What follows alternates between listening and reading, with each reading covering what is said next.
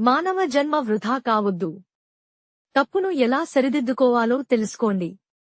పశ్చాత్తాపం అంటే చేసిన తప్పును తెలుసుకుని బాధపడటం, అనుతాపం చెందటం. మన వల్ల పొరపాటుగాని, తెలిసిగాని ఒక తప్పు జరిగితే, దానివల్ల ఇతరులకు హాని కలిగిందని గ్రహించినప్పుడు కలిగే పరితాపమే పశ్చాత్తాపం.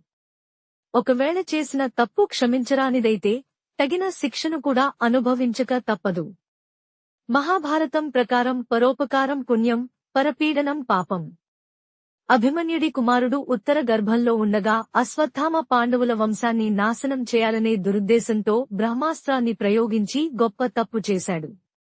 దీనికి తగిన ప్రాయశ్చిత్తం అనుభవించాడు. ఇది తెలిసి చేసిన తప్పు. తెలియక చేసిన పొరపాటుకు క్షమాపణ ఉంటుంది.